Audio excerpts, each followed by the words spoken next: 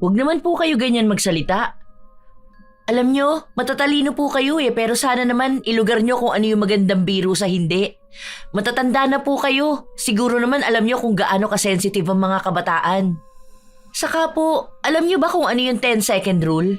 Kung hindi kayang baguhin ng isang tao sa loob ng 10 segundo, huwag na kayo magkomento. Kung tungkol lang yan sa muta, sa tinga, sa dumi, o gulo ng buhok o damit, pwede kayo magbigay ng komento kasi kaya yung ayusin ng isang tao sa loob lang ng 10 segundo. Pero kung may kinalaman sa timbang, itsura ng muka, kapansanan, o mga bagay na mahirap mabago agad, huwag kayong magsalita basta-basta. Ang lakas niyo pong mag-body shaming, lahat na lang kailangan yung punahin. Ang sinasabi namin dito mga biro lang. Hindi naman ibig sabihin na sinabi na namin yon. Panlalait na kaagad. Katuwaan lang, ikaw naman no?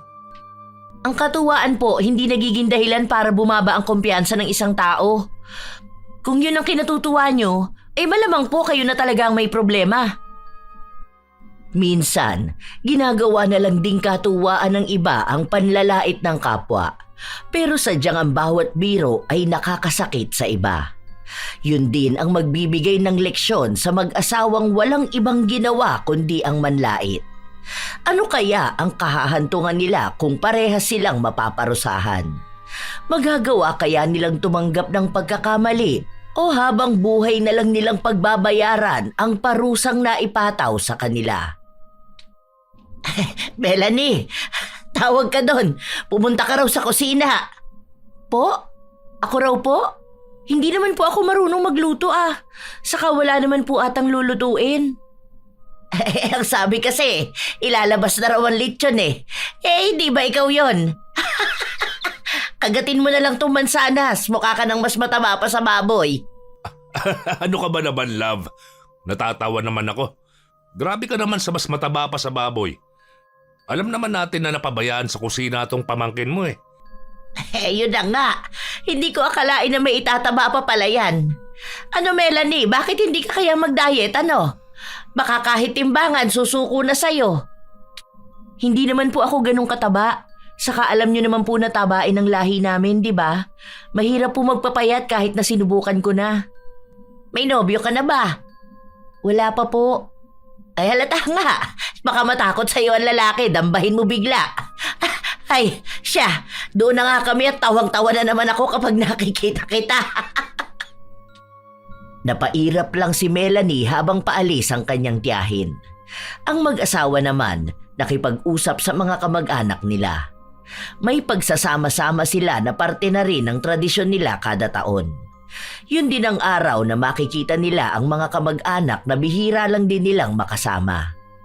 Sa totoo lang, isa sa kinatatakutan ng mga kabataan ay ang makasalamuha ang mag-asawa na yon dahil lagi silang nilalait kahit na ano pa ang makita nila. Harap-harapan pa kung pagtawanan sila. Dalawa lang ang anak ni na Cecil at Danilo pero hindi nakadalo noong araw na yon dahil nasa ibang bansa. Maya-maya pa, nilapitan ng mag-asawa ang pamangkin ni Cecil na bagong panganak lang din. Ang cute ng anak mo, no? Medyo siya, mukhang tuta. Cute naman. Unang baby nyo kasi ng asawa mo aso, di ba? Bago ka nanganak. Kaya baka nalahian. Sinabi ng babae na mabalbon lang ang anak niya pero hindi naman ito mukhang tuta. Nainis na rin ito at umalis na. Hindi na nakipagtalo pa kay Cecil. Ang sensitive naman ng mga tao rito. Ganyan na ba mga kabataan ngayon? Baka kasi cellphone nila yan. Teka, si Mary Rose ba yon? Bakit ang pangit naman niya? Sa Facebook nakikita ko panay siya post na akala mo ang payat niya Yung pala mukha siyang butanding. Mukhang stress Dati ka mo siyang spoiled. Ngayon biglang expired. Maldita kasi yan Hayaan mo yan, di ko yan kakausapin. Baka mamaya mag-iiyak yan dyan. Tara na, kumain na lang muna tayo. Di ba yun ang pamangkin mong nagpailong? Sino ba yan? Si Mickey. Nagpakilay nga rin yan, pero mukhang kinaskasapwit ng kaldero ang kilay. Hayaan mo na yan sila, mamaya na yan. Ay sige tara, lapitan natin sila. May mga pamangkin siya na kusang lumalayo kapag lumalapit siya. Pero may isang pamangkin siyang hindi agad nakaalis kaya nalapitan nila. Hoy, dalaga ka na pala, Jessica. Grabe, ang payat mo namang bata ka. Ano yung nasa mukha mo? Ang dami mo naman tigyawat. Aba, mas tadtad dyan sa noo mo ang lapad na nga niyan. Ano, kumusta ka naman? May boyfriend ka na ba? Nahihiyang ngumiti ang dalaga at sinabi na wala pa siyang nobyo. Sinabi niya rin na hindi pa siya handa at masyado pa siyang bata. May oras pa naman para sa paghahanap ng magiging kapareha. Nag-aaral pa rin siya. Anong single by choice? Baka ka mo no choice kasi wala nang pipili sa'yo. Kung ako sa'yo, magpataba ka muna tapos magtanggal ka niyang tigyawat mo sa pagmumukha mo. Sus! Walang single by choice ngayon. Ang mga single ngayon, mga no choice kasi walang manliligaw. Malay mo naman, magkaroon niya ng nobyo. Basta bulag. Kahit bulag, di mahahawakan ang mukha niya. Baka isipin nun, nagsyota siya ng semento na baku-bako. Magtaka ka bigla bakit sa mukha napunta yung kalyo. Nagtawanan ang mag-asawa. Malakas yun na nakapukaw ng atensyon ng iba. Mukhang alam na nila kung ano ang pinagtatawanan ng dalawa.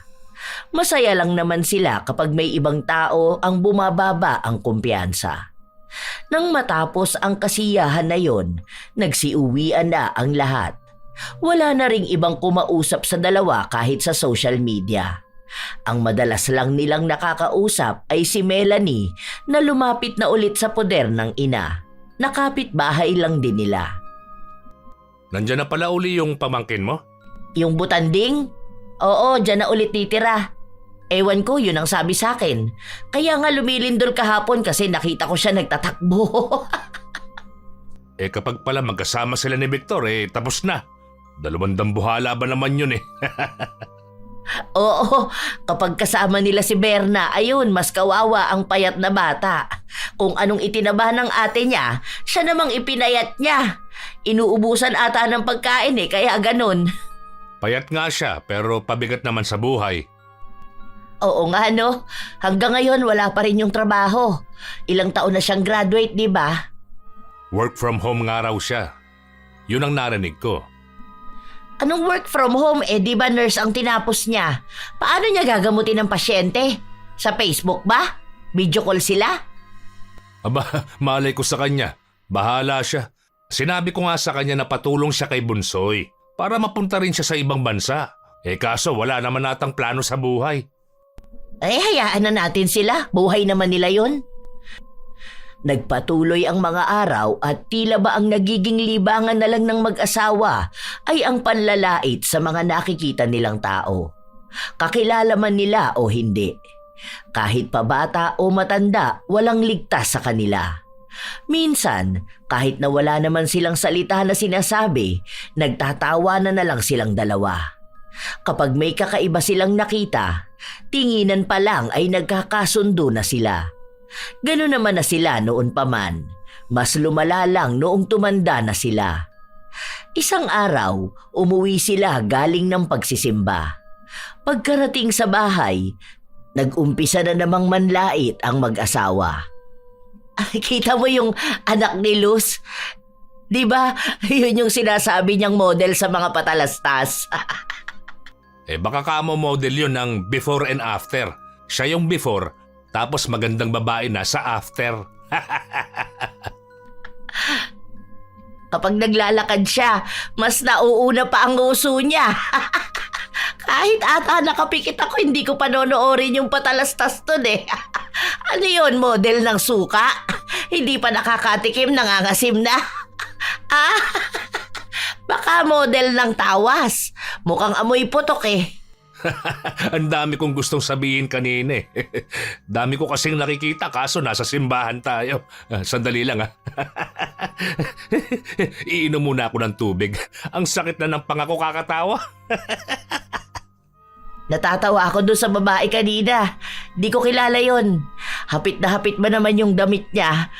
Parang lumpia na pinilit pagkasyahin yung pambalot. Hindi man lang ba yun nahiya? Mukha siyang tanga sa suot niya. Tapos yung kilay niya pa parang paningin ni Leslie, hindi pantay. Hanep, bakit ba ang daming kalait-lait na tao sa paligid? Akala ko ako lang ang nakakita eh. Yun nga ang sasabihin ko sa iyo kanina.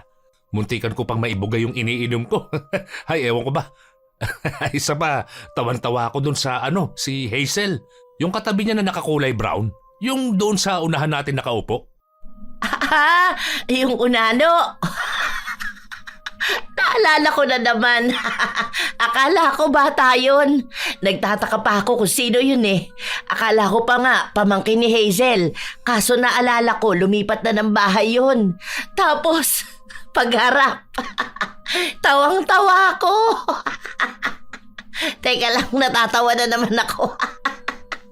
Ay naku, naiihi ako. Kasi pagharap niya nagulat ako.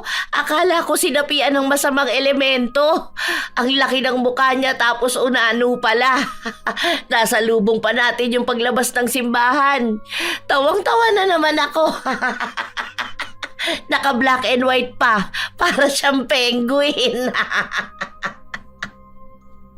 Habang nagtatawanan ng mag-asawa, biglang may kumatok sa pinto nila. Si Danilo ang nagbukas nun. Bumungad sa kanila ang isang kapitbahay nila na nanghihiram ng gamit. Love, pahiram daw ng ngawali na malaki. Ha? Ngawali? Oo, ngawali daw. Magluluto raw sila ng mingo. Ay, sino ba yan? Ay, ang walang hiya. Ingaw lang malayan. Inge, uni mo na ang ngawali. Na, mengi ang umingo mamaya Humagalpak na naman ang tawa ang dalawa. Natawa na lang din ang kapitbahay nila dahil sanay na ito sa pagbibiro ng mag-asawa. Mabuti na lang din at hindi siya mabilis mapikon. Ilang araw pa ang lumipas, may mga bago silang ginagawang biro. Meron din naman na mga luma na at paulit-ulit na lang.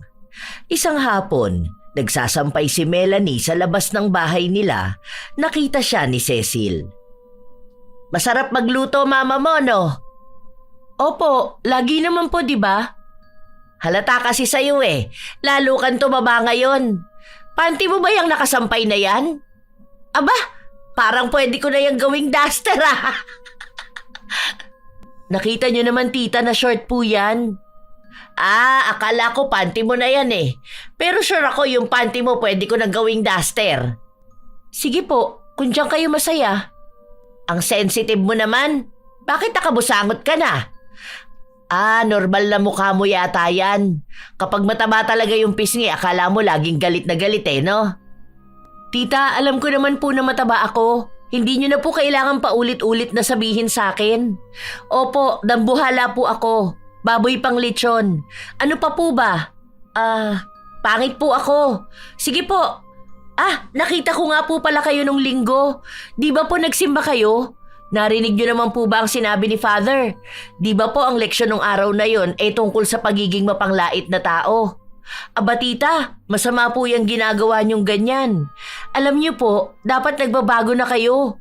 Bata pa lang ako, laitera na kayo. Hanggang ngayon po ba naman? Aba Melanie, hindi panlalait itong ginagawa ko. Nagbibiro lang ako kapag nagsasalita ako. Hindi ko naman akalain na masama na pala yun para sa inyo. Tita, masama po talaga ang puna ka ng puna sa mga nakikita mo. Kapag nakakita ka ng mataba, ipangangalandakan mo pang mataba. Tapos kapag kasama mo si Tito Danilo, parehas kayong manlalait tapos tawa kayo ng tawa. Kapag nakakita kayo ng payat, kung ano-ano tinatawag nyo. Pinagsasabihan nyo sila ng tingting. Lahat ng napapansin nyo, nilalait at pinagtatawanan nyo. Wag po ganun Matanda na po kayo. Dapat ngayon palang nagpapakabait na kayo eh. Paano kayo kukunin yan ni Lord? Basta alam kong wala akong ginagawang masama. Sa totoo naman na nakakatawa ang makakita ng kakaiba, di ba? Kahit naman hindi ako. Makita ko pa lang na may mataba, matatawa na agad ako eh. Hindi po yun normal, tita. Iba-iba po ang pinagdaraanan ng mga tao. Kaya wag na po kayo maging dagdag sa insecurities nila. Hindi lang physical na itsura ng tao ang pinupuntiryan nyo eh. Pati na rin pag-aaral nila at desisyon sa buhay. Pati na rin pala trabaho. Akala nyo po ba hindi ko alam yun? Narinig ko kayo na pinagtatawanan nyo si Ate Mau kasi katulong lang siya sa ibang bansa. Tapos kapag kamo nasa Pilipinas, akala niya Miss Universe siya na pinapansin ng lahat. Sus, di ka lang pinapansin eh. Hay, ewan ko sa'yo. Nagpapatawa lang naman ako tapos ang OA mo na. Ang mga kabataan ngayon hindi na pwedeng biruin, sumasama ka agad ang loob. Ang sensitive. Hindi gaya nung panahon namin. Naiinis na umalis si Cecil sa harapan ng kanyang pamangkin. Sinabi niya yon sa kanyang asawa pero dinaan na lang ni Danilo ang lahat sa pagpapatawa. Mga biro na silang dalawa lang din naman ang natutuwa. Ilang araw pa ang lumipas, palagi pa ring nag-uusap ang mag-asawa tungkol sa mga tao sa paligid nila. Isang hapon, nagpapahangin ang mag-asawa matapos nilang makitang dumaan ang isa nilang kakilala. Nagtawanan na naman sila kahit na hindi pa naman sila nag-uusap. Kapag talaga nakikita ko yung si Julia, naaalala ko yung ngipin niya. Ang bata pa niyan pero bungal na. Wala na talaga lahat ng ngipin niya, no? Mas malala naman si Beverly. Hindi lang ngipin ang absent sa kanya, pati yung buhok niya. Kahapon, nasa pilahan ako ng Mercury. Aba, gulat ako siya pala yung nasa unahan ko. Ang laki ng poklat sa ulo eh. Naaalala ko na naman. Ano ka ba? Tawang-tawa na naman ako ngayon. Nagulat pa nga ako noon kasi nagpariband siya. Tapos paghawi ng buhok niya may poknat pala. Ang laki talaga, dito pa sa gitna. Biniro ko ano pa ipapariband sa kanya. Bilang na lang ata ang buhok niya Nagalit ba naman? Ang sabi sa akin meron daw siyang ano ba yun? Alopecia ata yun. Basta yung naglalagas daw ang buhok. Sa nakakatawa naman talaga makakita ng poknat, di ba? Nagalit nga sa akin. Ang sabi ko ba naman sa kanya lagas na ang ngipin, lagas pa ang buhok. O tapos, nagalit din sa'yo. Hindi na mabiro. Hindi naman siya kagandahan. Naalala ko nga sa kanya si Paring Bintoy sumalangit nawa. Di ba yung hairline nun mataas din? Lolo niya yon, di ba? Kako sa kanya, sa susunod niyan, yung noo niya parang pwede nang ipantapat sa araw. Magre-reflect pabalik. Ang kintab pa naman kapag walang buhok. Ang sakit na naman ng pangako katatawa. Ay, hayaan na natin sila. Pero natatawa pa rin talaga ako. Hanggang sa sumapit ang gabi, tawa pa rin ang tawa ang mag-asawa. Wala silang ibang ginawa kundi balikan ang paulit-ulit na kwento ng mga taong nakilala nila. Kinabukasan, maaga silang gumising dahil may kasal silang pupuntahan. Hindi pa nga dapat sila imbitadong dalawa, pero dahil ang mga magulang ng babaeng ikakasal na ang nagsabi sa kanila, nagpunta sila. Galante kasi ang mag-asawa kapag may mga ganyang okasyon. Pamangkin nila ang ikakasal kaya bumili rin sila ng mamahaling regalo. Malaking pera din ang naisip nilang isabit kapag magsasayaw na ang bagong kasal. Pagdating pa lang nila ng handaan, nakita na nila ang ilan sa mga kamag-anak nila at kamag-anak ng napangasawa ng kanilang pamangkin. Nakita mo na ba yung asawa ni Carmi? Kanina, tinuro sa akin. Ano? Kumusta naman ang itsura? Maganda yun si Carmi Siguro naman maayos-ayos naman yung napangasawa niya. Ay nako, hindi naman sa panlalait dahil masama yun Akala ko nung unang kita ko tagahakot ng basura. Yung kulay ng balat niya mukhang hindi naman totoong mayaman. Mukha panlibagin, aba. Kilala ko na. Yung pala yun. Hindi yata mapili sa lalaki ang pamangking mong yun Mukha nga. Hayaan na lang natin. Buhay naman niya yan Nagpatuloy ang oras. Masaya naman ang lahat. Nagkaroon ng mga biruan pero halos lahat sila ay abala sa espesyal na araw na yon.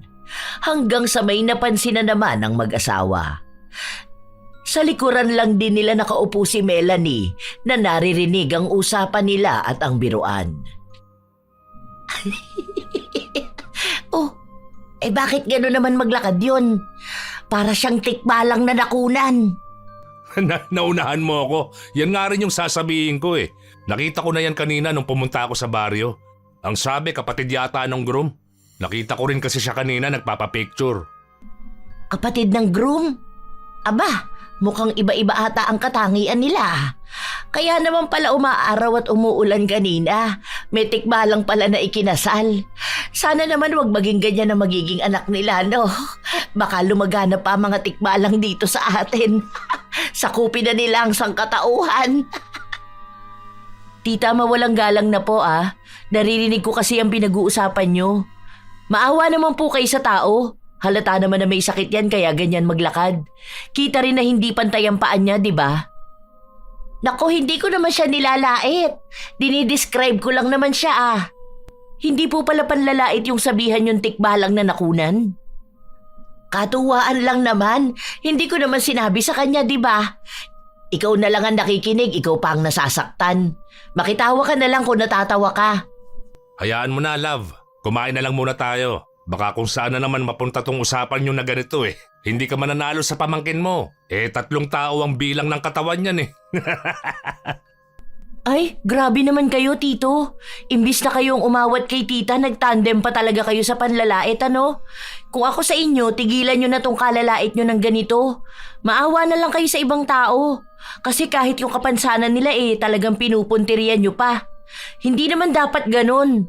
Dapat nga may isa sa inyo na matino. Yung pipigil kapag may isa na sobra na sa panlalait. Naku, wag kang plastic dyan. Para bang hindi ka nanlalait ng tao ah. Parang hindi ko alam na lahat ng tao may taglay na panlalait sa katawan. Pinagtatawa na ng ibang tao. Ako po, tita. Sige po, inaamin ko po na mapanlait akong tao. Pero ako kasi nilulugar ko naman. Kapag alam ko na hindi dapat laitin, hindi ko naman nilalait ah. Lalo na kapag may kapansanan. Saka kapag hindi ko kilala o kaklose, hindi ko nilalait. Kasi nga hindi ko naman alam kung ano ba yung mga pinagdaanan nila sa buhay. Ang plastic talaga. Hindi po yun ka-plastikan, tita. Alam nyo, kayo po ang tao na mahirap ma-encounter. Kahit ata si Satanas matatakot kayo ma-encounter eh. Okay, sige. Bahala ka dyan. Hindi ko na sila pupunahin. Tutal, buhay naman nila yun. Sana po hindi puro salita, ano? Hindi yung matapos nyong manlait at pagtawanan sila ang buwelta nyo, hayaan na sila kasi buhay naman nila yun. Huwag po ganun. Matanda na kayo, dapat nagpapakabait na kayo. Hindi na kumibo ang mag-asawa, pero hindi ibig sabihin nun ay tumigil na sila sa panlalait. Kapag may nakikita silang kakaiba, wala silang ibang ginawa kundi ang tumawa. Minsan, may ilan na nakikisabay ng tawa sa kanila kaya ang akala nila ay tama na ang kanilang ginagawa. Lumipas pa ang ilan pang mga araw. Nasa labas ang mag-asawa, kumukuha ng padala ng mga anak nila. Mag-grocery na lang muna tayo, tapos yung laundry kunin na rin natin. Bukas na lang yon. Ang sakit ng balakang ko ngayon eh. Tingnan mo yung ulo ng bata. Parang oktagon. Puro kanto. Ha? Saan? Ayun oh, yung nakakulay blue na bata. Ayan, sa unahan ng babaeng buhaghagang buhok. Ay, hala. Oo nga no. Bakit naman ganun ang ulo niyan? Parang nung baby pa ata yan na sobrahan yung doktor sa pagsampal sa kanya. Pinagtawanan nila kahit ang bata. Hindi lang naman yun dahil ilan na rin ang nakita at nasa lubong nilang naging sentro ng mga biruan. Hanggang sa makauwi na sila sa kanilang bahay, ganun pa rin ang ginagawa nila. Sa totoo lang, ilang beses na ring may nakarating sa mga anak nila na sumbong tungkol sa panlalait nilang mag-asawa. Pinagsasabihan naman sila pero bilang matatanda na sila, wala silang ibang pinakikinggan. Hindi rin naman sila matiis ng mga anak nila kaya nagpapadala pa rin ng pera ang mga ito. Kahit na hindi naman, may ipon sila at kada buwan ay may natatanggap sila. Mayaman ang mag-asawa. Mabait kung lalapitan at hihingian ng tulong. Ang ayaw lang ng mga tao sa kanila ay ang paraan nila ng pananalita at panlalait. Walang pinipiling oras. Kapag pakiramdam nila gusto nilang tumawa, pagtatawanan nila ang anumang makikita nila. Kinabukasan nun, nasa labas na naman si Cecil. Wala ang kanyang asawa dahil ito ang lumabas para bumili ng pagkain nila. Nakita ni Cecil ang isa niya pang pamangkin na kasama ni Melanie. "Oh, Nika, kumusta ka na? Tagal na kitang hindi nakikita ah. Tumaba ka ata. Hindi naman ganyan ang katawan mo noon, di ba? Ah, baka dahil kasasama mo yan sa pinsan mong to. Ano, sinasama mo ba tumambay sa kusina yang si Nika?" "Tita, may pikos kasi yan si Nika kaya nadagdagan ng timbang niya. Hindi na nga yan gaanong kumakain dahil may mga bawal din sa kanya."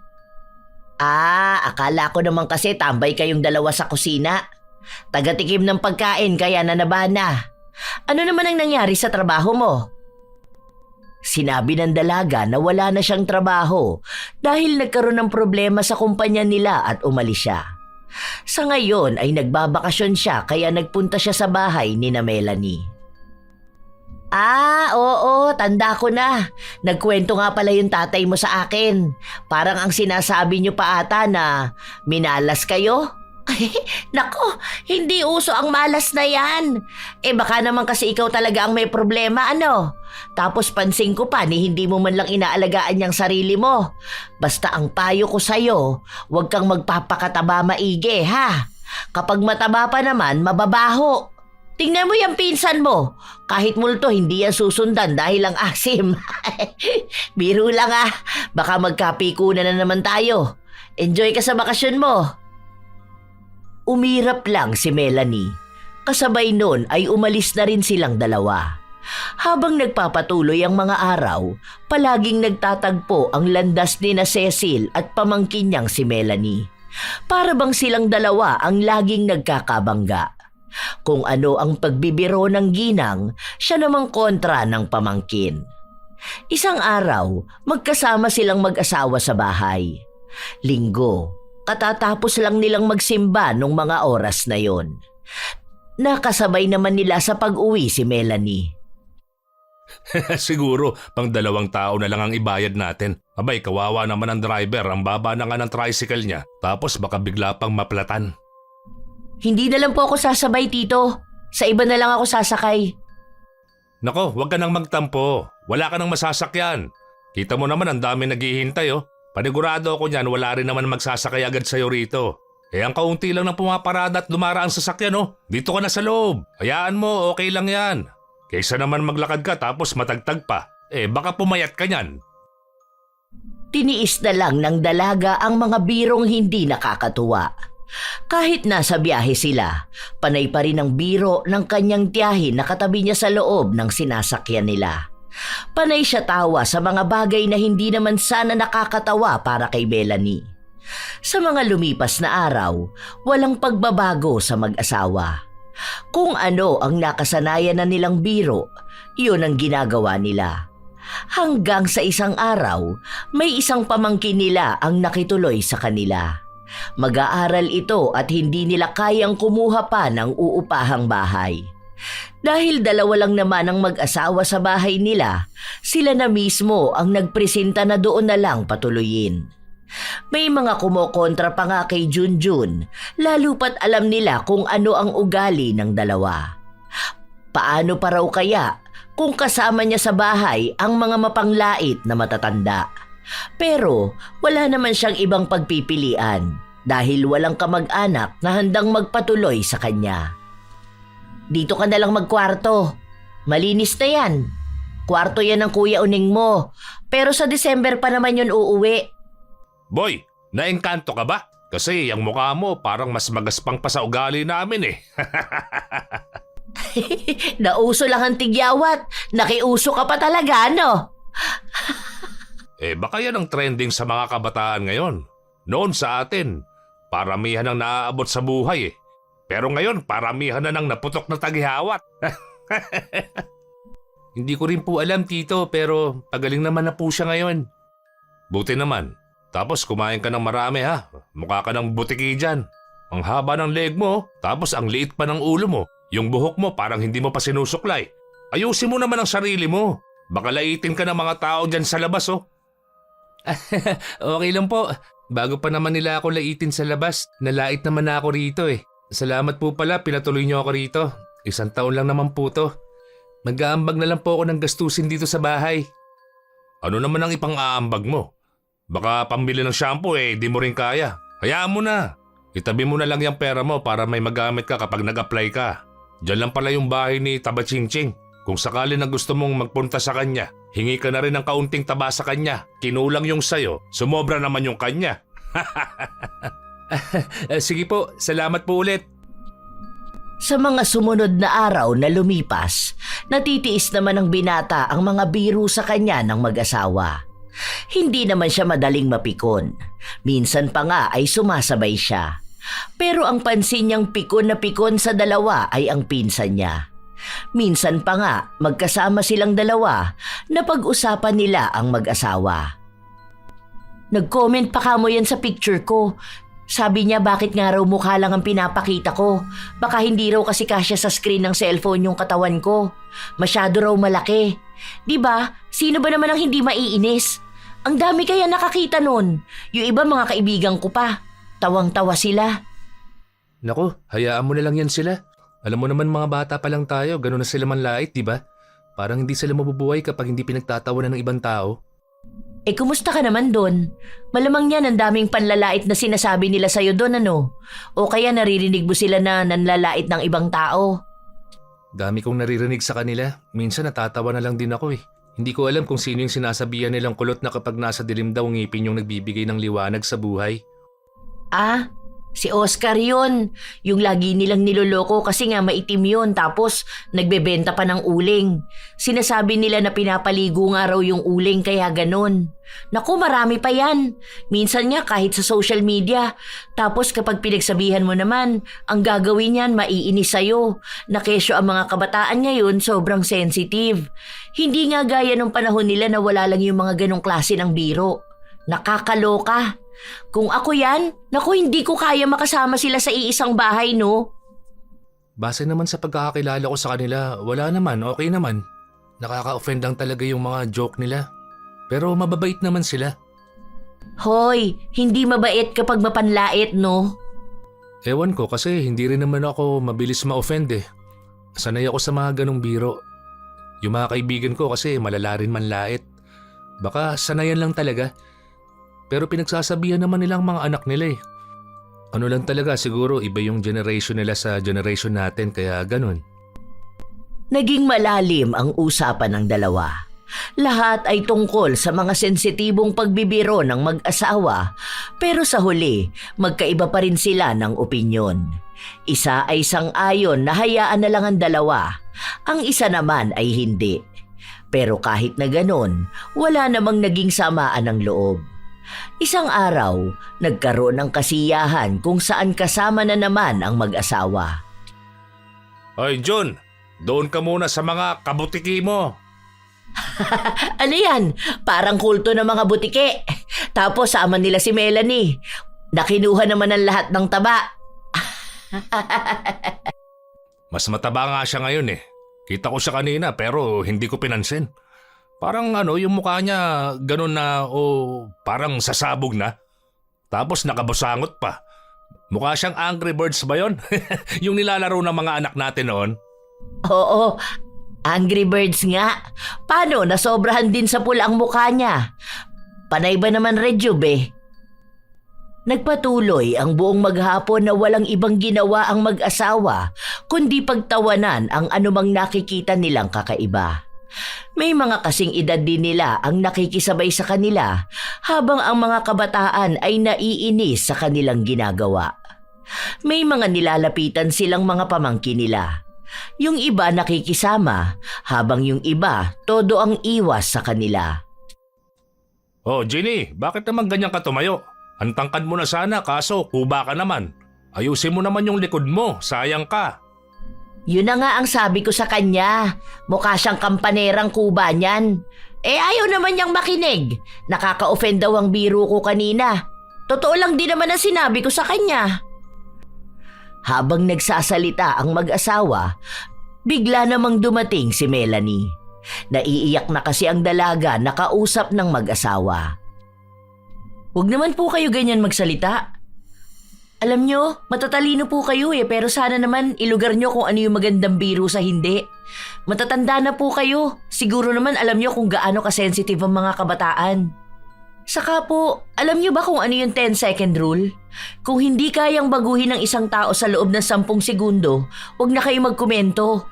Kung tungkol lang yan sa muta, sa tinga, sa dumi, o gulo ng buhok o damit, pwede kayo magbigay ng komento kasi kaya yung ayusin ng isang tao sa loob lang ng 10 segundo.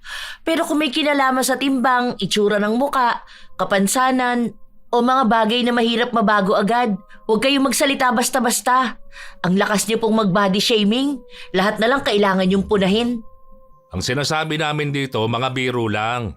Hindi naman ibig sabihin na sinabi na namin yun, panlalait na kaagad. Katuwaan lang, ikaw naman. Ang katuwaan po, hindi nagiging dahilan para bumaba ang kumpiyansa ng isang tao. Kung yun ang kinatutuwa nyo, malamang po kayo na talaga ang may problema. Isa pa, nagsasabi lang din naman kami ng totoo. Hindi naman yun panlalait. Hindi po lahat ng bagay dapat sabihin nyo. Hindi po porke totoo kailangan iparinig nyo yun sa tao na yun. Ako po, hindi nyo na kailangan pagtawanan ng mukha ko. Ang timbang ko, dahil bago nyo po yan sabihin sa akin, alam ko na po yun. Itong timbang ko, mukha kong baboy, opo, alam kong sobrang tabako. Itong mukha ko na namumula at nangangamatis, alam ko rin po. Hindi na para pagtawanan pa. Nakakainis na kayo Lahat na lang kasi kailangan maging biro sa inyo. Ay aba, ewan ko na lang po kung anong pwedeng mangyari sa inyo na sa susunod. Kayo naman ang pagtatawanan at lalaitin ng mga tao. Huwag sana bumaba ang kumpiyansa nyo sa sarili. Matapos yung sabihin ng dalaga, agad na rin siyang umalis. Ayaw na niyang lumala pa ang pagtatalo nila. Dahil kahit na paano ay may natitira pa rin siyang paggalang sa dalawa. Pero ang mga salita na binitawan niya kanina, tila ba naging baliwala lang sa mag-asawa. Sa mga lumipas pang araw, kung sino-sino na naman ang pinagtatawanan nila. Isang hapon, umuwi si Junjun. Naabutan niya ang dalawa na halos hindi na matigil sa pagtawa.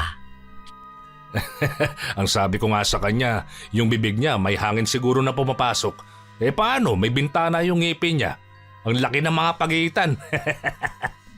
Yung ganun nga kay Melay. Ay, naalala ko yun. Kada nagsasalita nga siya nun, tumatalsik yung laway niya. Oh, andyan ka na pala, Junjun na payat. Kumain ka na doon, may itinabi kaming ulam mo. Ano pong pinag-uusapan nyo? Si Tita Marites mo. Kasi kanina lang ulit namin nakita Di ba ilang buwan yun nawala? Tapos tawan-tawa kami kasi nakita na naman namin yung mga ngipin niya. Tapos nakawig pa yata siya. Para bang kumikislap yung buhok niya kasi ayaw niyang aminin na nakawig siya. Siguro nagpakalbo yun Kutuhin yun noon Kaya po nakawig siya kasi may cancer po siya.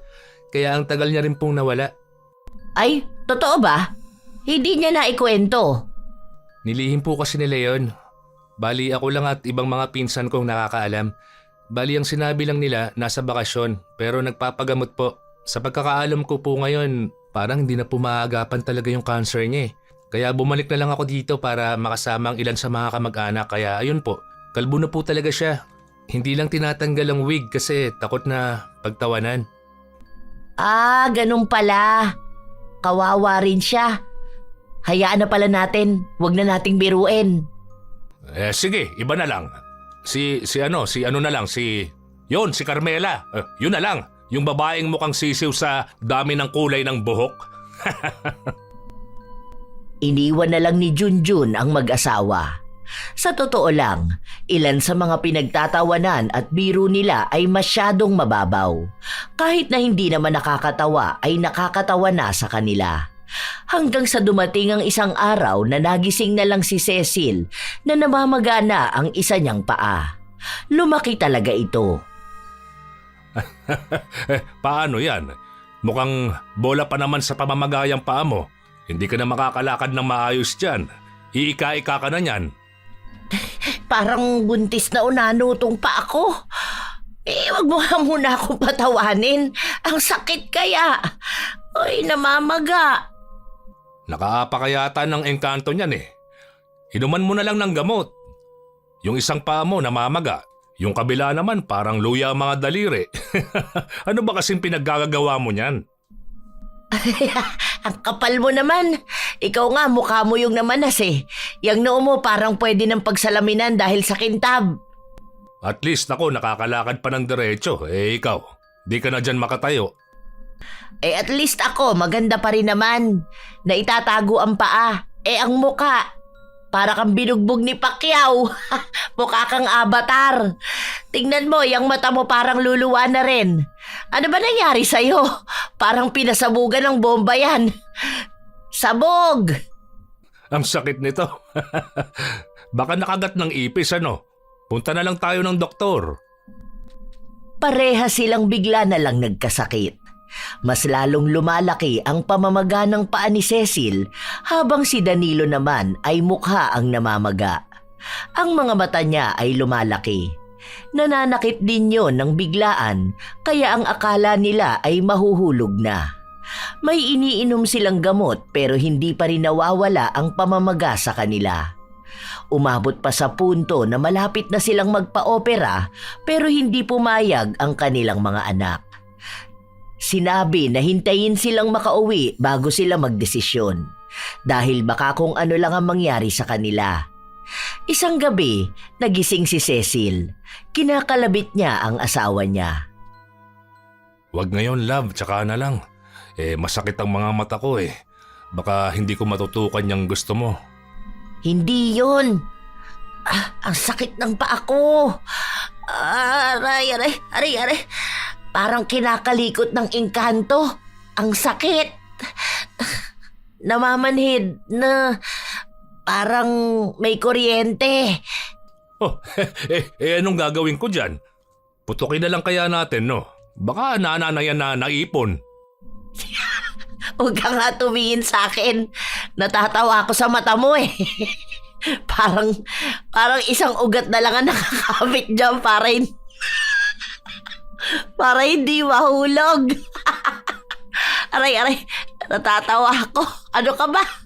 Aray, sakit ng paa ko. Eh ano bang gusto mo? Saan ako titingin? Alangan naman dito ako sa likod mo tumingin para di mo makita ang mata ko. Eh di mas lalo kang natawa niyan. Mukha naman akong baliw na nakikipag-usap sa hindi nakikita. Tingin nga ako ng paa mo. Ano ba yan?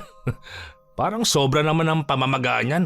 Tapos yung mga daliri mo, ang liliit pa. Huwag ka nang magulo. Patawa ka ng patawa sa akin eh. Nasasaktan na nga ako. O sige, kukuha muna ako ng gamot. Saan ba nakalagay? Ang laki na nga ng mata mo, hindi mo pa makita.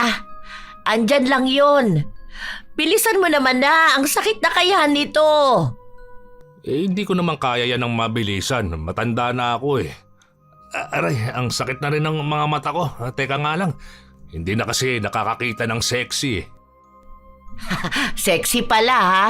Aray, kapag sinipa ko sa'yo tong paa ko, naku, tanggal yung mata mo.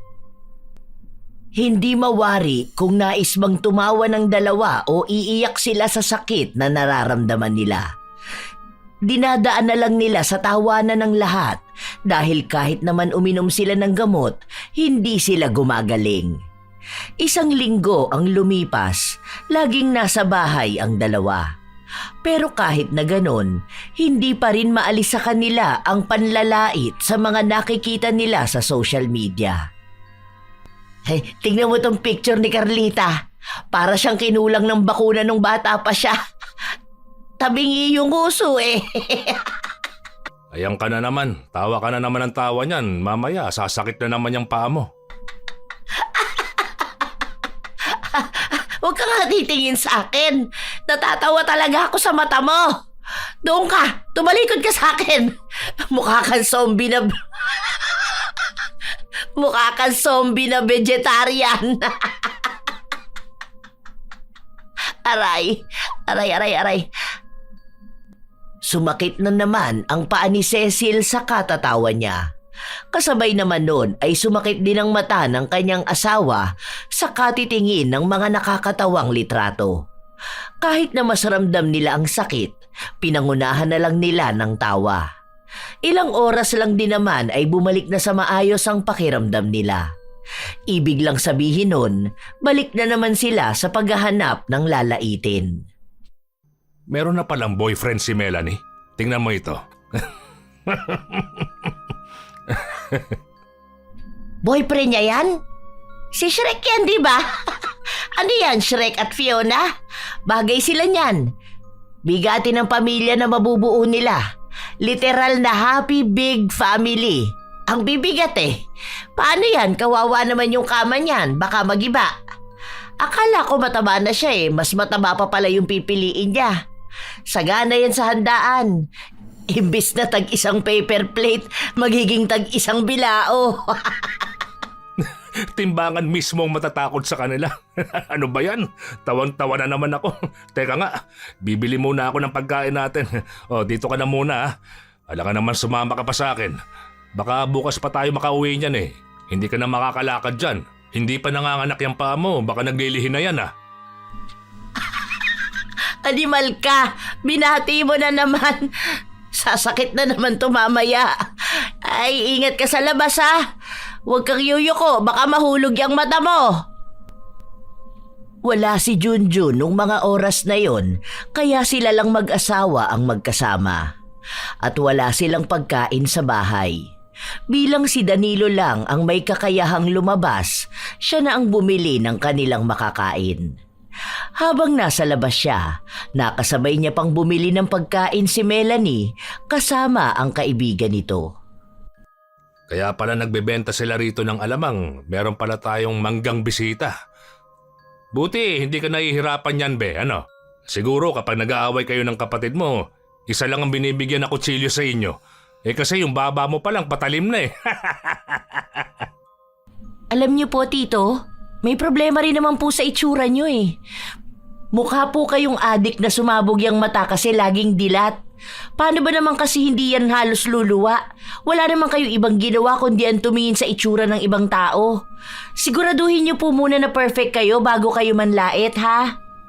Hoy, nandiyan ka pala, Melanie. Pasensya ka na ah. Akala ko sinigang na butanding eh. Hindi pa ako kumakain. Nauta na kaagad ako eh. Kumusta na ba si Shrek? Sinong Shrek? Di yung boyfriend mo.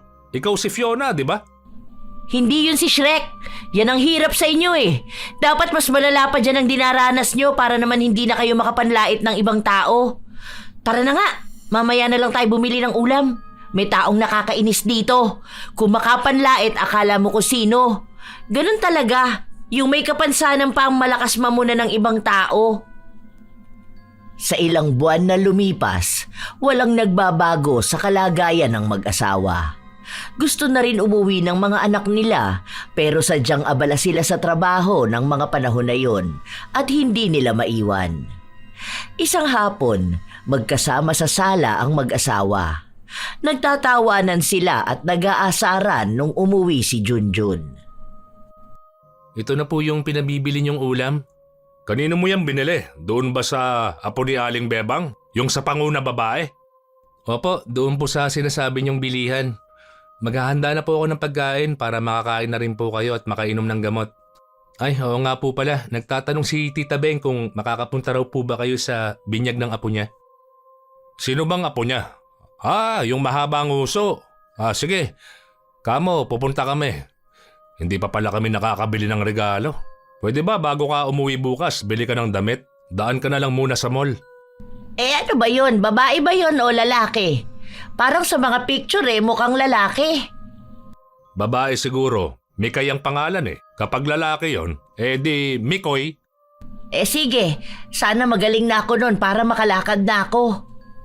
Maiwan ka na lang kaya rito. Uwian na lang kita ng mga panlalait na kwento. Ayan ka na naman. Tumigil ka. Kapag nasosobrahan pa naman tayo sa pagtawa walang nangyayari kundi sumakit itong mga punyeta sa katawan natin. Tumigil ka na nga. Huwag ka tumingin sinabi. Nakakabuisit ito. Bakit? Wala naman akong ginagawa. Ang pangit mo kasi. Doon ka umarap. Sisipain talaga kita. Nanunood lang si Junjun habang nakikita niyang nagbibiruan ang mag-asawa. Naririnig niya rin na kung paano sila manlait sa ibang tao, ganun din nila laitin ng isa't isa. Mukhang naiintindihan na niya kung bakit ganun ang ugali ng dalawa. Na nasanay sila sa laitan kaya akala nila ay yun din ang biro na kayang tanggapin ng ibang tao.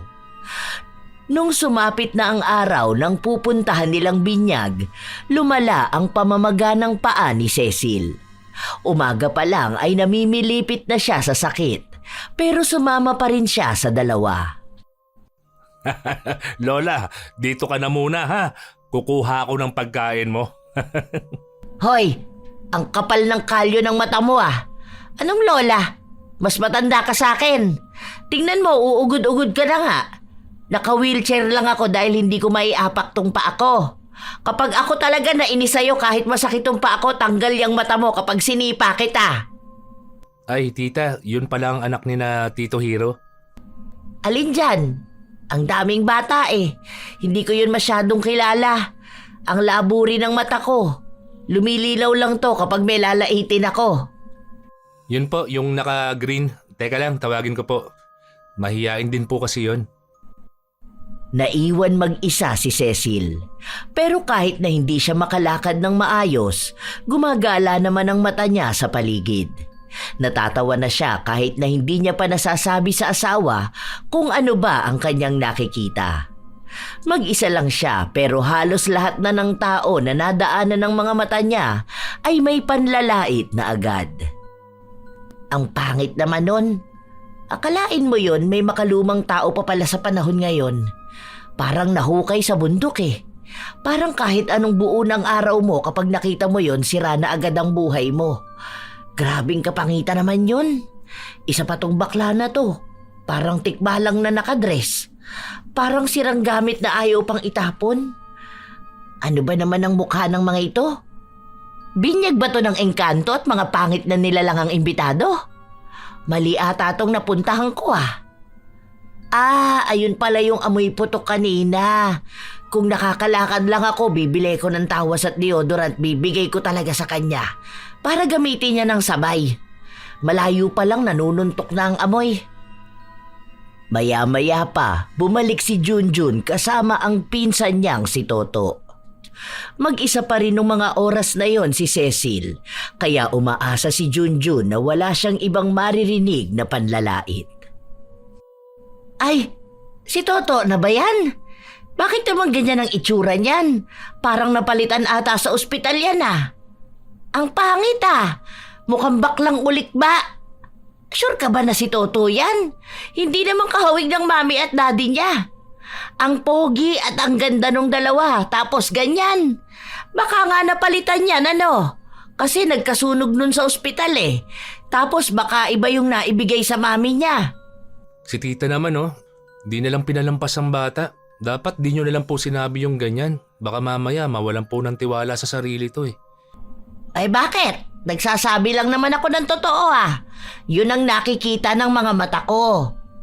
Sige po, doon na lang po muna kami.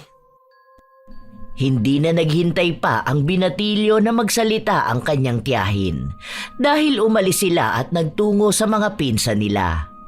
Nang makarating sila doon, ang pinag-uusapan ay sina Cecil at Danilo.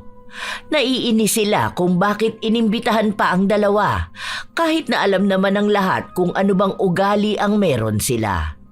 Nakakasira lang daw sila ng araw na dapat ay kasiyahan para sa lahat. Buti nga hindi yan makalakad ngayon. Malamang yan kapag nakakalakad, ay nako, kawawa talaga tayo. Iisa-isahin yan lahat ng insecurities natin. Sasabihan kayo niya na mukhang engkanto. Akala mo naman ang ganda niya. Tapos si Tito Danilo naman, mas malala naman yung manlait. Parang kahit next life mo hindi mo makakalimutan. Ikaw ang kasama nila sa bahay, Jun. Ano ganap nila doon? Ganun pa rin naman, panay pa rin sila lait kung kani-kanino. Pero madalas sila nang nalait sa isa't isa. Nung nakaraan nga, tinawag ni tita si Tito na tarsier na puyat. Tapos ayun, magtatawanan lang silang dalawa. Babawi naman si Tito. Tapos maya-maya nun, mag-iiyakan naman sila sa sobrang sakit ng nararamdaman nila. Para naman pala silang baliw niyan. Oo, baliw talaga, literal. Pero naaawa ako sa kanilang dalawa eh. Lalo na, lilipat na rin ako ng bahay. May nakita kasi akong upahan na mura lang tapos malapit pa sa school. Nahihiya na rin kasi ako eh. Hindi ako nagbibigay ng kahit na magkano sa kanila tapos nakikitira pa ako. Oh, bakit naman ikaw pa mahihiya at maaawa sa kanila? Sila nga tong makasalanang tao. Isipin mo yun, kung ano-anong panlalait ang sinasabi nila sa ibang tao. Saka tama lang yung nangyayari sa kanila na ganyan, no? Alam nyo, ito sa akin lang to. Kasi ako yung nakasama ko talaga sila ng matagal na panahon sa isang bahay eh. Matagal na yon kahit wala pang 1 taon. Kasi wala naman sa inyong kayang tumagal kahit 1 araw, di ba? Pansin ko lang. Kung tutuusin, kung talagang titingnan at kikilalanin natin sila tito at tita, makikita natin na tingin ko yun ang paraan nila para makalimot sa lungkot eh. Makalimot sa lungkot? Hindi naman malungkot yung dalawa na yan. Kita mo kahit na walang nakakatawa tawa sila ng tawa. Tapos lahat na lang biro sa kanila. Lahat talaga ng makikita nila kahit na wala namang mali. Hahanapan nila ng pwedeng ilait. Ganun ba kalala? Pansin ko kasi iba yung biro nila eh. Kasi di ba ibang generation nila. Pansin nyo, mga matatanda ang madalas na tumatawa sa kanila, di ba? Kasi sila yung nakakagets. Parang ano yan eh. Alam nyo nung panahon nila, naging normal ang body shaming. Normal yung pagkakaroon ng palayaw na base sa kapansanan nila. Tulad ni Tito Arnold. Di ba ang palayaw sa kanya, Arnold Pungkol? Tapos ang lambingan nila asaran. Kasi parang noong panahon nila, wala silang sapat na kaalaman. Yung trauma nila nagiging biro para hindi maging masakit. Yung epekto nun sa emosyon nila, parang bitbit pa rin nila hanggang ngayon. Di ba? Iba talaga ang definisyon ng biro noon eh. Kumpara ngayon na aware na mga kabataan, kaya iba na yung nagiging takbo ng mga biruan. Alam naman nating mali, alam ko rin yun. Nakakainis naman talaga. Pero feeling ko kapag natutukan na ipaliwanag sa kanila yon, maiintindihan nila yon. Makikita nila kung ano yung mali. Kung ano yung pagkakaiba ng biro sa panahon nila at biro sa panahon natin. Kaya hirap din akong ma-judge sila minsan eh. Masama sila magbiro, oo. Pero hindi sila masamang tao. Hindi nakakibo ang mga kausap ni Junjun. Para bang mabilis din nilang naunawaan kung ano ba ang nais na iparating ng binatilyo. Ilang araw pa ang lumipas, palala ng palala ang nangyayari sa dalawang matanda. Hindi na nakakakita si Danilo habang si Cecil naman ay hindi na makakilos. Hindi na sila makalabas ng bahay. Nasa loob na lang sila ng kwarto madalas. Halos minu-minuto rin naman kasing sumasakit ang kung ano sa katawan nila. Naghahanap din ng tamang panahon si Junjun kung paano siya magpapaalam dahil aalis na nga siya sa poder ng tiyahin at tiyuhin. Hanggang sa isang umaga, habang sabay-sabay silang kumakain. Nganga ka. Ayan. Ang laki ng bibig mo para kang isda. Nguyain mo yan maigi ha. Baka mamaya sumakit na naman ang tiyan mo. Napakabaho mo pa namang umutot. Parang may gera palagi eh. Sabog kong sabog. Pagkain ba to? Baka mamaya ginagaya mo yung prank sa TikTok ha? Wala akong malasahan. Oh, grabe ka naman, love. Wala nga tayong tissue. Anong ipapakain ko sa'yo? Isa pa, hindi mo rin naman nakikita. Ayos na yon. Yan, sa sobrang sama ng ugali mo, nauna ka nang nabulag. Wala ka nang makikita na sexy na babae. Panay ka kasi noon sa TikTok eh. Ayan, karma mo na yan. Ginagamit mo kasi yung mata mo sa panlalait din ng mga tao. Ngayon, bulag na ako. Baka naman takbuhan mo ako ha? Ay, hindi ka nga pala nakakalakad. Paano ka nga naman makakatakbo ano? Gapang-gapang ka na lang, ganon. Hay, kapag ikaw sinipa ko dyan, malalaman mo talaga ang hinahanap mo. Malaki tong pa ako, lalagapak talaga dyan sa kakapiranggut mong katawan. Tita Cecil, lilipat na po pala ako ng bahay. May nakita po akong upahan. Mag-working student din po ako, kaya may magiging allowance po ako. Sa susunod na linggo, lilipat na po ako. Working student? Hindi na nga maganda ang grades mo. Bakit? Ayaw mo na ba rito? Baka hindi na rin niya kinaya ang mga panlalait natin. O baka iba na talaga ang ugali natin, ano? Hindi ka rin namin masisisi. Hindi lang naman ikaw ang unang tao na nagkaganyan dahil sa amin. Hindi naman po sa ganun. Nahihiya na rin po kasi ako sa inyo eh. Saka kaya ko naman po kasi yon. Matanda na rin po ako. Ayaw ko po umasa sa ibang tao kahit sabihin pa po na kamag-anak ko. Wala naman po akong problema sa inyo eh. Sadyang desisyon ko na lang po talaga ito. Siya. Sige, kung yan ang pasya mo. Bukas, isend mo sa akin ang GCash mo. Magsesend ako ng pera. Pang-allowance mo na lang din. Mahirap ang walang pera ngayon. Baka mamatay ka sa gutom. Baka maging dilat lalo yung mata mo. Ang payat mo na nga eh. Baka mas malala pa sa butiki ang maging kamukha mo. Magdala ka na lang din ng grocery. Hindi rin naman namin yan agad mauubos. Nagpasalamat si Junjun sa kabaitan ng kanyang mga kamag-anak.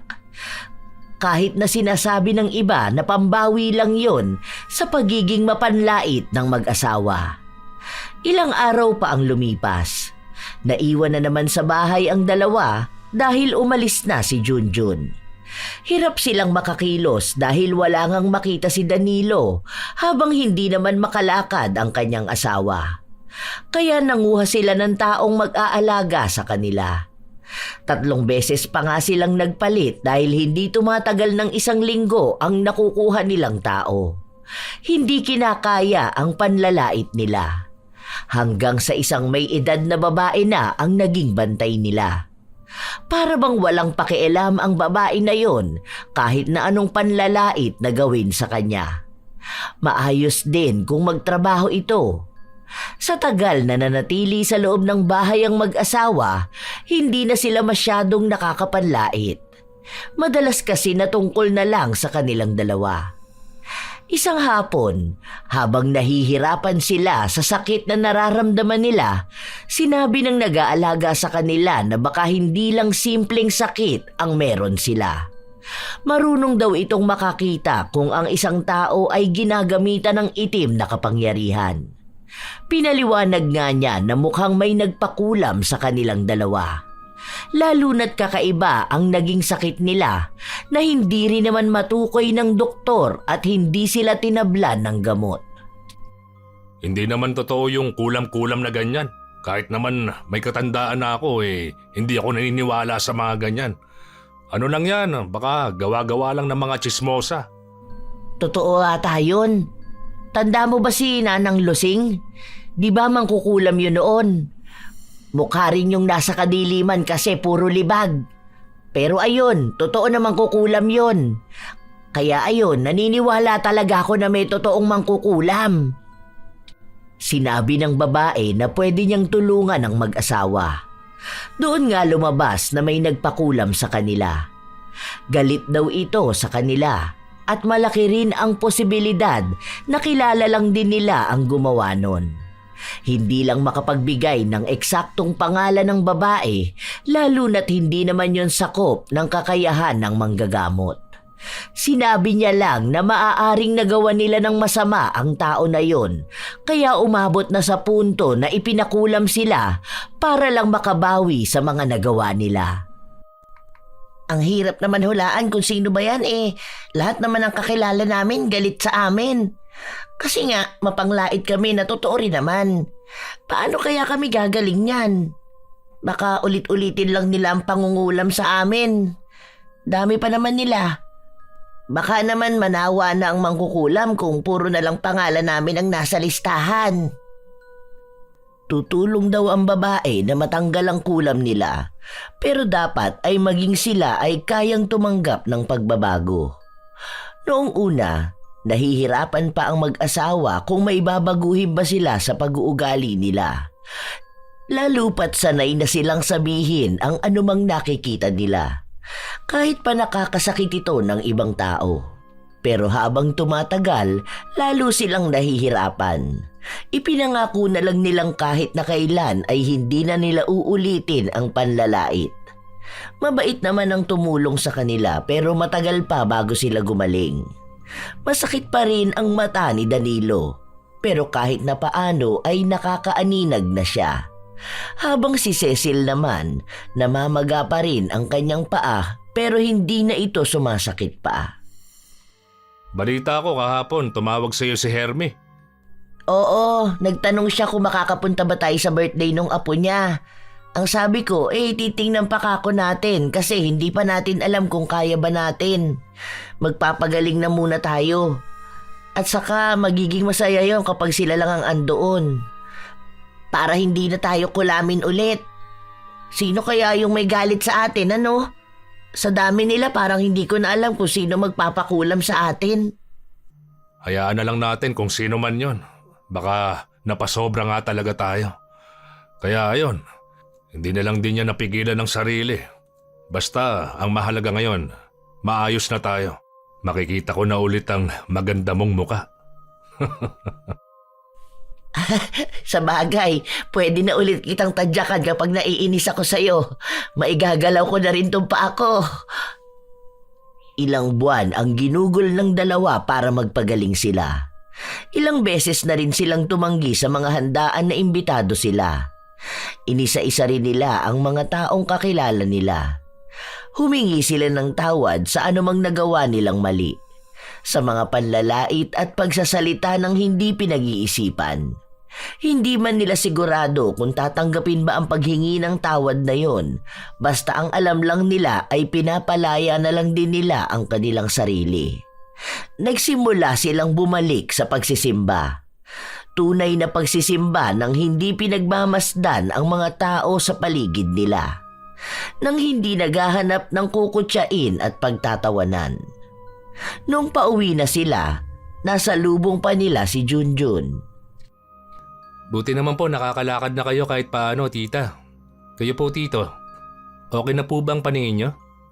Nakakakita na po ba kayo? Ay oo, maayos na. Pwede na nga akong manood ulit ng mga sexy na sumasayaw sa TikTok eh.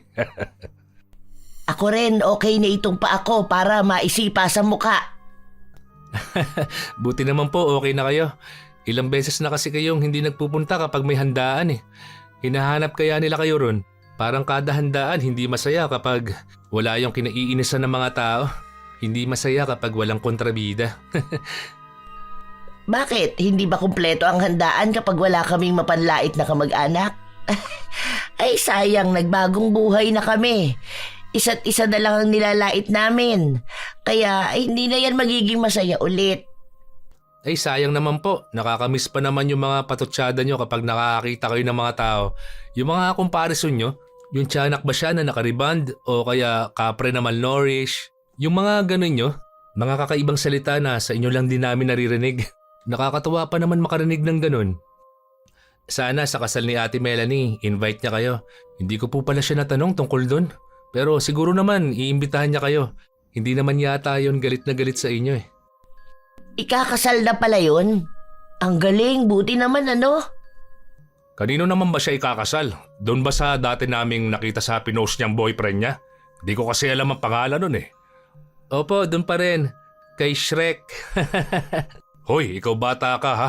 Masama yan ng lalait ng tao. Baka mamaya may makarinig sa'yo niyan eh. Isipin pa nila na sa amin mo yan natutunan. Hindi kami mapanlait na tao. Bad yun ha. Baka kami pang sisihin ni Melanie niyan eh. Bahala ka kapag tumanda ka na ganyan ang ugali mo. Kaiinisan ka na rin ng mga kamag-anak mo. Kada family reunion magtatago sa'yo yung mga bata. Shrek naman talaga ang pangalan nun, tito. Shrek Maski yata yun. Basta may lahi kasi yun eh, kaya hindi pang Pinoy ang pangalan. Kaya nga ngayon tanggap na ni Ate Melanie na siya si Fiona eh. Ewan ko kung iimbitahan niya kami. Baka natakot na yun eh. Baka laitin pa namin buong pamilya ni Shrek. Pero kung sakali man, sige, pupunta kami kung siya mismo ang mag-iimbita sa amin, di ba? Sana nga po. Hindi naman nagtatanong ang dalawa kung iimbitahan ba sila dahil alam nilang naiinis sa kanila si Melanie. Kahit na tumigil naman na sila sa panlalait sa ibang tao, malamang ay hindi pa ganoong maniniwala sa kanila ang pamangkin. Nagpatuloy ang araw nila. Noong naging maayos na sila, hindi pa rin nila pinapaalis ang nag-aalaga sa kanila nung panahon na kailangan nila. Dahil ngayon na tumatanda na sila, mas maganda kung may iba silang kasama sa bahay. Wala naman yung problema sa kanilang mga anak na nagbabayad. Hanggang sa 1 linggo ang nakalipas, nagpunta sa bahay nila si Melanie. Ay wow, taray! Parang sumisexy ka ata ngayon. Ano, sarado na ba ang kusina nyo? Baka sira ang kalan kaya di makakain masyado. Numinipis ka ng konti. Hindi na masyadong lumilindol kapag naglalakad ka. For the first time narinig ko rin mula sa inyo na sexy ako. Salamat po. Pumunta talaga ako rito para magbigay ng invitation sa kasal namin ni Shrek. Oh, bakit ka tumatawa? Wala naman kaming sinasabing joke ah. Wala po, natatawa lang ako. Nahawa na yata ako sa inyo. Kahit na hindi naman nakakatawa, tatawanan ko. Pero ayun po, kung gusto niyo lang naman. Pero sana talaga magpunta kayo. Galante pa naman kayo maging ninang. Aba syempre, gusto namin tong ganito. Malamang may mga lechon doon, ano? Kung dati, kinasalan 2 tikba lang. Ngayon, 2 lechon naman, ano? Panalo nito ang mga bisita. High blood talaga sila. Uy, hindi ako ang nagsabi niyan ah. Sa'yo na galing yan. Baka mamaya sabihin niyo na naman ang lalait na naman kami. Nakikitawa lang ako sa sinabi mo. Tapos na ako dyan sa ganyan. Tahimik na muna ang buhay namin. Tama nang kami na lang ang naglalaitan. Okay lang po tita, alam ko naman po. Saka yung mga joke nyo kasing iba parang ngayon ko lang natatanggap. Kaya ngayon lang ako natatawa.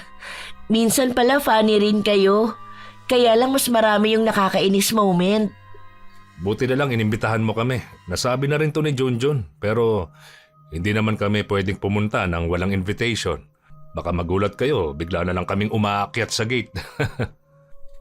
Ang boring naman kapag wala kayo. Kapag may handaan kayo ang unang hinahanap. Parang wala kaming kaiinisan kaya wala kaming pag-uusapan. Kasi kapag may nilait kayo, malamang may pag-uusapan din kami. Boring pala kapag walang masamang tao. Grabe ka naman. Buti na lang nagbagong buhay na kami. Baka bigla kaming kunin ni Lord. Itong tita mo na lang ang nilalait ko. Paano? Tamad maligo. Kaya ayun, amoy lupa siya. Alam mo yung lupang kahoy na aparador? Ganon ang amoy niya, kaya ayaw kong tumatabi sa kanya Hoy, mas grabe ka naman sa akin ano? Ang baho ng bunganga mo. Kapag natutulog tayo, akala ko utot ka ng utot. Yung pala yung bunganga mo yung naaamoy ko. Pasalamat ka, labi-dubs kita. ayan na naman sila sa landian na yan. Sige na po, alis na ako. Nagdala lang talaga ako ng invitation eh. Gusto ko kasi na andun talaga kayo. Hindi pa naman masaya kapag hindi kayo nakikita ng mga kamag-anak natin. Oo nga pala. Total, andito ka na. Bati-bati na tayo ha. Kung may nasabi man ako na nakasakit sa'yo, alam ko na marami kaming nasabi hindi lang sa'yo. Pati na rin sa ibang kamag-anak at hindi kamag-anak. Kaya humihingi ako ng pasensya. Alam mo naman kapag ganitong edad, matatanda na, akala mo hindi nakakasakit ang biro.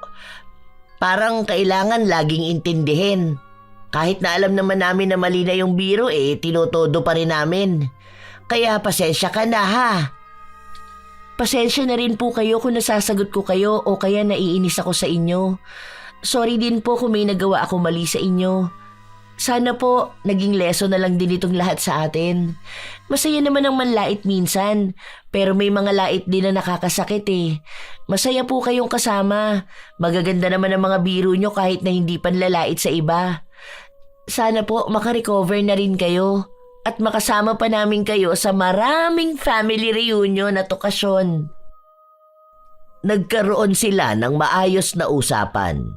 Nagkapatawaran at nagkaroon ng pagtanggap. Marami na ring nakausap ang mag-asawa na hiningian nila ng tawad. Pero naging misteryo kung sino ba ang nagpakulam sa kanila. Pero hindi naman na nila inalam. Hindi na rin sila bumawi sa tao na yon kahit na sinabi na sa kanila na pwede naman nilang balikan ng kulam. Gusto nilang maging payapa na lang ang lahat. Kung may nakagawa sa kanila ng mali, alam din naman nilang nakagawa sila ng mali sa tao na yon. Humingi na lang sila ng tawad sa ibang tao. Kasabay nun ay nakikitaan sila ng pagbabago. Marami ang hindi naniniwala na kaya nilang panindigan ang pagtikom ng kanilang bibig sa panlalait, pero nagawa nila. Dahil sa ganong ugali ay nakasundo rin nila ang mga pamangkin nilang iniiwasan sila noon. Hanggang sa lumipas pa ang ilan pang mga taon, maraming handaan ang naganap na imbitado sila. Kada may handaan ay sila nga ang isa sa hinahanap dahil masaya silang kasama. Hindi katulad noon na hinahanap para mataguan. Sa pangyayari na yon sa buhay nila, alam nilang marami talaga silang natutunan. Na ang pagbibiro hindi dapat nakakasakit sa iba. Kahit na tingin nila ay nakakatawa ito. Minsan, hindi naman maiiwas sa isang tao ang panlalait. May mga pagkakataong nagiging katatawanan ang kakaiba sa paningin. Nagiging biro lahat ng bago. Ang panlalait ay maaaring magsimula bilang biro, ngunit nagtatapos ito bilang sugat na hindi agad naghihilom. Ang bawat salitang binibitawan na may halong pangungutya ay may kakayahang magpababa ng dignidad, makasira ng tiwala sa sarili at mag-iwan ng bakas na mas malalim pa sa pisikal na sakit. Hindi nasusukat ang kabutihan ng isang tao sa kung gaano siya kahusay magpatawa, kundi sa kung paano niya pinipiling tratuhin ang kapwa, lalo na ang mga mas mahina o mas naiiba sa kanya. Hindi lahat ng ikinatatawa ay tama at hindi lahat ng nakasanayan ay dapat ipagpatuloy. Ang pagiging sanay sa panlalait ay hindi nangangahulugang ito ay katanggap-tanggap. Sa mundong puno ng paghihirap, ang panlalait ay nagiging dagdag na bigat na hindi naman kailangang ipasa sa iba. Ang tunay na pag-unlad ng isang tao ay makikita sa kakayahan niyang matutong huminto, umunawa at magbago. Hindi natin alam ang buong kwento ng isang tao, kaya hindi patas na gawing biro ang kanyang anyo o kalagayan. Ang salitang binitiwan bilang tawa ay maaaring maging sugat na matagal gumaling. Ang panlalait ay hindi tanda ng kasikatan. Ito ay kakulangan ng pangunawa.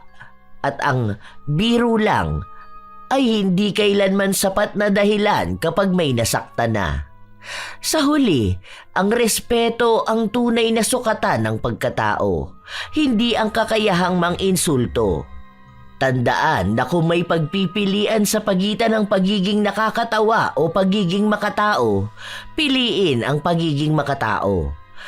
Dahil ang mundong may respeto ay mas ligtas, mas magaan, mas masaya at payapang tumawa kung walang ibang taong apektado ng panlalait. Minsan naman talaga may mga panlalait na nagbibigay ng tuwa sa bawat tao. Pero minsan dapat ay ilugar ang paggamit ng mga salita. Dahil sa huli, baka tayo lang din ang magbayad ng mga pagkakamaling nagawa natin. Kayo ba mga apo? Mahilig ba kayong manlait o makitawa sa panlalait ng iba? O kung kayo man ay may mga opinyon tungkol sa ating bagong kwento, maaari kayong magbahagi para amin ding mabasa. Naway may magandang aral kayong natutunan. Ito ang inyong Lola Telang at maraming salamat sa palagi ninyong pakikinig mga apo.